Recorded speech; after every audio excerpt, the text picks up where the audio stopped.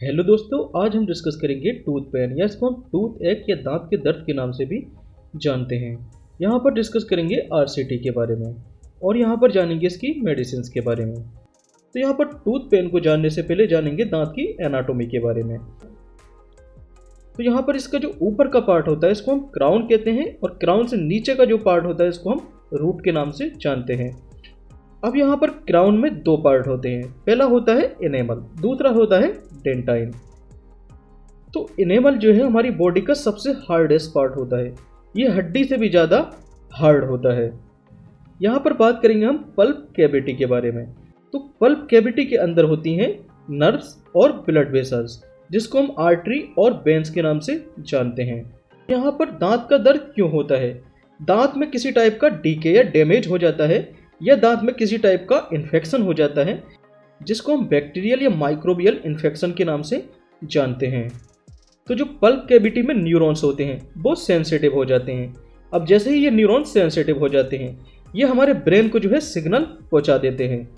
अब जैसे ही यहाँ पर ये न्यूरॉन्स सेंसिटिव हो जाते हैं तो जो भी हम मटेरियल जैसे खाते हैं, जैसे ठंडा या गर्म कोई भी मटेरियल खाते हैं, तो ये ब्रेन को जाके सिग्नल पहुँचा देते हैं।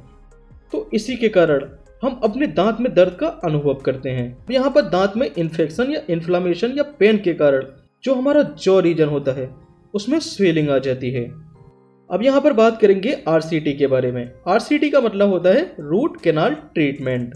तो आरसीटी में क्या करते हैं, यहाँ पर जो पल्प कैविटी होती है उसको खाली कर दिया जाता है। तो यहाँ पर जो ब्लड वेसल्स और न्यूरॉन होते हैं वो भी यहाँ पर खत्म हो जाते हैं।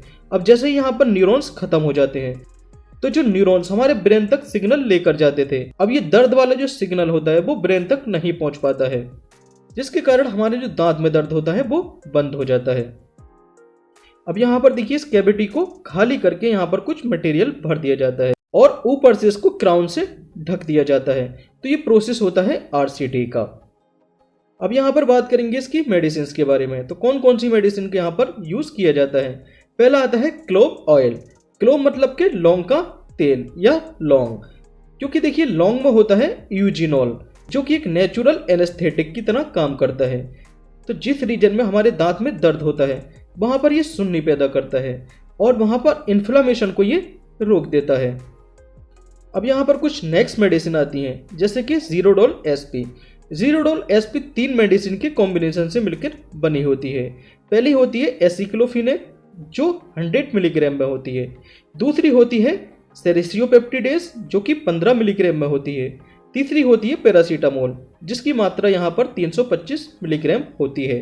तो यहाँ पर एस मतलब होता है सेरिसियोपेप्टिडेस और पी मतलब होता है पैरासीटामोल।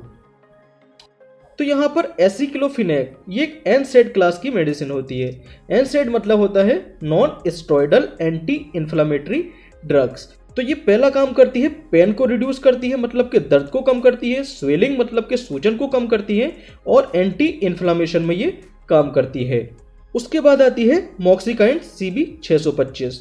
मॉक्सिकाइंड CB 625 में कौन कौन सी मेडिसिन होती है? यहाँ पर होती है एमॉक्सिलिन और पोटेशियम क्लेब्यूलेनेट। एमॉक्सिलिन जो होती है ये एक एंटीबायोटिक मेडिसिन होती है और पेनिसिलिन क्लास की मेडिसिन होती है। तो ये बैक्टीरिया के इन्फेक्शन को रोकती है। नेक्स्ट मेडिसिन आती है एजिथ्रोमाइसिन मेडिसिन। तो एजिथ्रोमाइसिन भी एक एंटीबैक्टीरियल मेडिसिन होती है। यहाँ पर बात कर लेते हैं इसकी डोज के बारे में। तो जीरोडोल एसपी का BD यूज कर सकते हैं, मतलब कि दिन में ये 2 बार दी जा सकती है। अगर देखिए पेशेंट को जीरोडोल एसपी से आराम हो रहा है तो जीरोडोल एसपी आप दे सकते हैं। अगर बात करें इसके कॉम्बिनेशन की तो जीरोडोल BD और मॉक्सिकाइंड BD और एजिथ्रोमाइसिन OD ये तीनों कॉम्बिनेशन में आप दे सकते हैं। Okay, thank you.